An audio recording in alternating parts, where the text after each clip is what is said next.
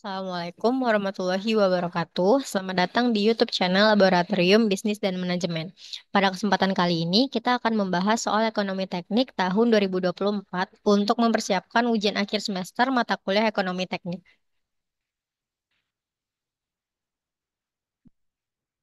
Baik, kita mulai dengan soal nomor satu. Diperlukan boiler uap sebagai bagian dari desain pabrik baru. Boiler tersebut dapat dioperasikan menggunakan gas alam, minyak, atau batu bara. Satu keputusan harus diambil terkait bahan bakar yang akan digunakan. Dalam analisis biaya, ditemukan bahwa biaya pemasangan termasuk semua kontrolnya paling rendah untuk gas alam sebesar 30.000 dolar, untuk minyak bakar sebesar 55.000 dolar, dan untuk batu bara sebesar 180.000 dolar. Jika gas alam dipilih daripada minyak, biaya bahan bakar tahunan akan meningkat sebesar 7.500 dolar dari biaya minyak. Sebaliknya, jika batu bara dipilih daripada minyak, biaya bahan bakar tahunan akan berkurang sebesar 15.000 dolar per tahun dari biaya minyak. Asumsi suku bunga 8%, biaya minyak sebagai nilai tertentu, dan periode analisis untuk gas alam, minyak, dan batu bara masing-masing 5 tahun, 10 tahun, dan 20 tahun, dan tidak ada nilai sisa. Instalasi manakah yang paling ekonomis? Diketahui, minyak menjadi harga perbandingan untuk bahan bakar yang lainnya. Dan untuk gas alam itu initial cost-nya sebesar 30.000 dolar. Dan annual cost dari gas alam itu lebih besar 7.500 daripada minyak, sehingga untuk annual cost-nya itu adalah biaya minyak ditambahkan dengan 7.500 dolar. Sedangkan untuk initial cost dari minyak adalah 55.000 dolar karena minyak menjadi harga patokan untuk bahan bakar yang lainnya. Selanjutnya untuk initial cost batu bara sebesar 180.000 dolar. Untuk annual cost dari batu bara itu lebih kecil daripada minyak sebesar 15.000. Jadi untuk annual cost-nya adalah biaya minyak dikurangi dengan 15.000 dolar. Sedangkan untuk suku bunga dari perhitungan ini adalah 8%. Kita mulai dengan cash flow. Jadi untuk cash flow dari gas alam itu dimulai dengan initial cost-nya sebesar 30.000 dolar.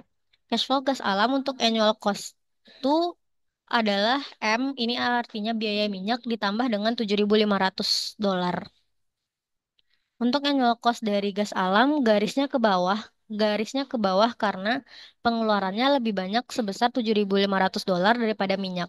Selanjutnya itu untuk cash flow minyak. Cash flow minyak itu hanya ada pada initial cost-nya aja, yaitu 55.000 dolar. Karena harga annual cost dari minyak menjadi patokan harga untuk bahan bakar lainnya dengan rentang waktu selama 10 tahun. Selanjutnya itu untuk cash flow batu bara.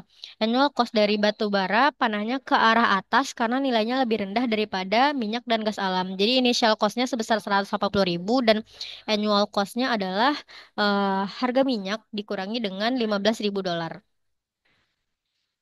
Selanjutnya kita akan melakukan pemilihan bahan bakar yang akan digunakan dengan membandingkan biaya dari setiap alternatif menggunakan metode Net Present Value. Metode NPV digunakan karena pada soal kita diminta untuk mencari nilai yang paling ekonomis, yang mana hal tersebut mengacu pada total biaya. Yang pertama itu untuk total biaya dari gas alam, initial cost ditambahkan dengan annual cost dikali dengan faktor bunganya. Di mana untuk faktor bunga dapat dilihat pada tabel bunga, di mana untuk gas alam itu faktor rate atau suku bunganya adalah sebesar 8% dan untuk eh, jumlah tahun sesuai dengan soal itu selama 5 tahun.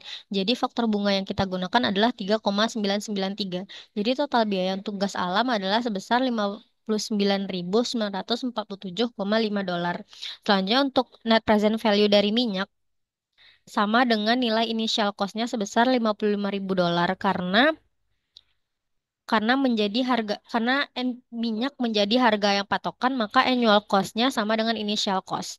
Selanjutnya itu untuk batu bara. Jadi untuk batu bara itu total biayanya initial cost dikurangi dengan A dikali dengan faktor bunga. Kenapa dikurangi? Karena biayanya lebih rendah daripada minyak.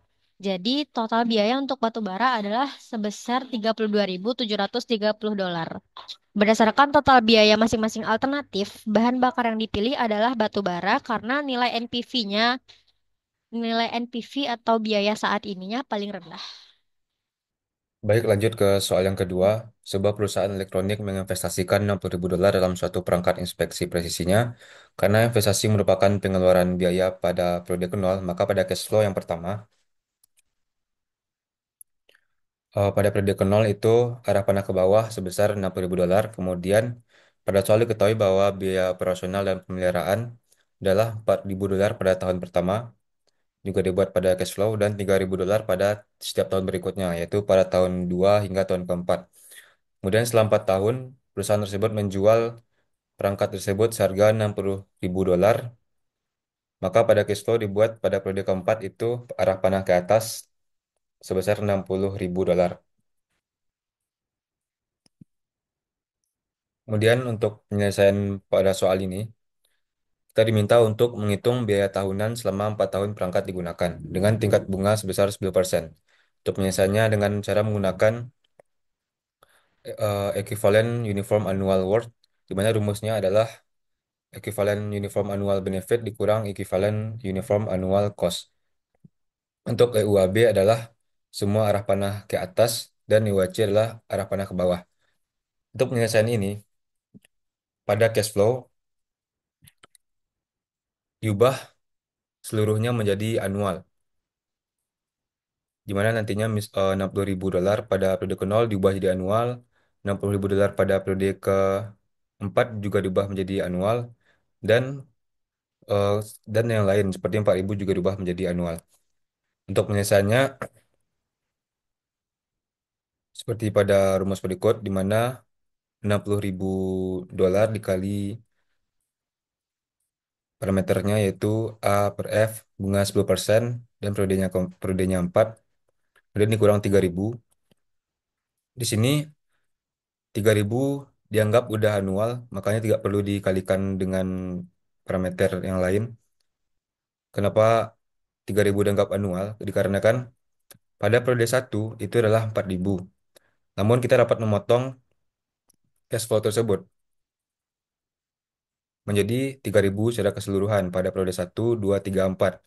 Sisa 1.000-nya kita pindahkan ke periode ke nol dengan cara mengalihkan dengan present per F 10% bunganya, periodenya satu seperti pada seperti ini. Kemudian setelah pindah ke periode ke nol, maka kita ubah dia menjadi annual juga dengan cara mengalihkan dengan annual from P untuk bunga 10% juga untuk periodenya keempat, agar si 1.000 yang sudah pindah ke nol tadi itu jadi merata di seluruh periodenya. Kita ubah dia menjadi annual juga.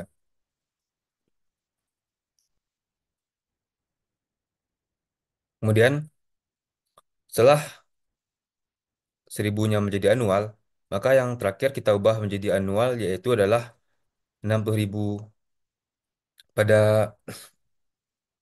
periode ke nol. Yang mana dengan cara mengalihkan dengan A per P, A from present untuk bunga 10% dan periodenya 4. Maka setelah kita ubah 60.000 ini menjadi annual untuk periode 1, 2, 3, 4. 3.000 juga sudah annual dan 1.000 juga sudah annual. Kemudian yang 60.000 ini juga sudah kita ubah annual, maka setelah semua di cash flow itu menjadi annual, kita hitung selisih dari UAB dikurang UAC. Didapatkan nilainya EUAW adalah minus 6583,8 dolar. Jadi bayangannya pada cash flow nanti hanya tinggal per tahun ini masing-masing panah dengan arah 6583,8 ke arah bawah untuk tahun satu 2 3 dan 4. Sehingga hal tersebut menjawab pertanyaan kita, yaitu biaya tahunan selama 4 tahun perangkat digunakan, yaitu sebesar 6.853,18 dolar. Selanjutnya yaitu soal nomor 3. Tentukan IRR investasi dari aliran kas berikut. Asumsi tingkat pengembalian eksternal adalah 8%. Langkah pertama yang dilakukan adalah membuat diagram cash flow dari soal yang dimana untuk tahun 0 dan tahun 4 itu arah panahnya ke bawah karena terjadi pengurangan kas. Sedangkan untuk tahun-tahun selainnya itu untuk arah panahnya itu ke atas karena adanya eh, peningkatan uang kas. Selanjutnya, dilakukan perhitungan present value dengan nilai I yaitu 8% karena tingkat pengembalian eksternal adalah 8%. Untuk rumus present value-nya yaitu CT. CT ini merupakan cash flow dari aliran kas dibagi dengan satu ditambah dengan I. I itu merupakan tingkat pengembalian eksternal tadi. Pangkat T. T merupakan tahun dari masing-masing cash flow. Selanjutnya, untuk perhitungan present value ini hanya dilakukan pada tahun 1 hingga tahun 8, karena pada tahun 0 itu merupakan sudah dalam nilai sekarang, sehingga tidak perlu dilakukan present value. Setelah dilakukan perhitungan present value, dilakukan perhitungan NPV yang merupakan total dari keseluruhan dari perhitungan present value dari tahun 0 hingga tahun ke-8 sehingga didapatkan nilai NPV 328,82 dolar. Selanjutnya, yang dilakukan adalah melakukan perhitungan IRR, yang dimana terdapat 4 komponen pada perhitungan IRR ini, yaitu NPV 1 yang merupakan NPV yang bernilai positif, NPV 2 merupakan NPV yang bernilai negatif, I1 tingkat suku bunga saat NPV bernilai positif, dan I2 itu merupakan tingkat suku bunga saat NPV bernilai negatif. Pada perhitungan sebelumnya, sudah kita dapatkan nilai NPV yang bernilai positif yang merupakan nilai dari NPV 1 dengan I1.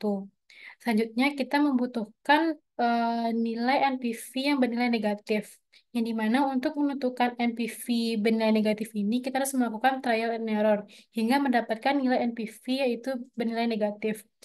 Setelah dilakukan trial and error, didapatkan pada tingkat suku bunga 10%, NPV-nya bernilai negatif.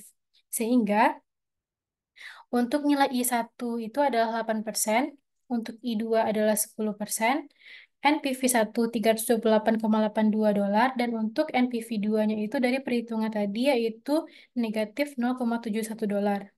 Selanjutnya dilakukan perhitungan IRR berdasarkan rumus ini, sehingga didapatkan nilai IRR ini lebih besar daripada tingkat pengembalian eksternal yaitu 8%. Karena kan nilai ini, investasi ini layak untuk dipertimbangkan atau dilaksanakan. Selanjutnya soal nomor 4, perusahaan obat RX baru saja membeli mesin kapsul seharga 76.000 dolar. Insinyur pabrik memperkirakan mesin tersebut memiliki umur pakai selama 5 tahun dan tidak memiliki nilai sisa. Hitunglah nilai depresiasi menggunakan yang pertama metode straight line depreciation dan metode sum of years digits depreciation. Jadi yang diketahui yaitu harga mesin atau biaya perolehan 76.000 dolar, umur pakai yaitu 5 tahun, dan nilai residu adalah nol karena pada soal juga diketahui tidak memiliki nilai sisa.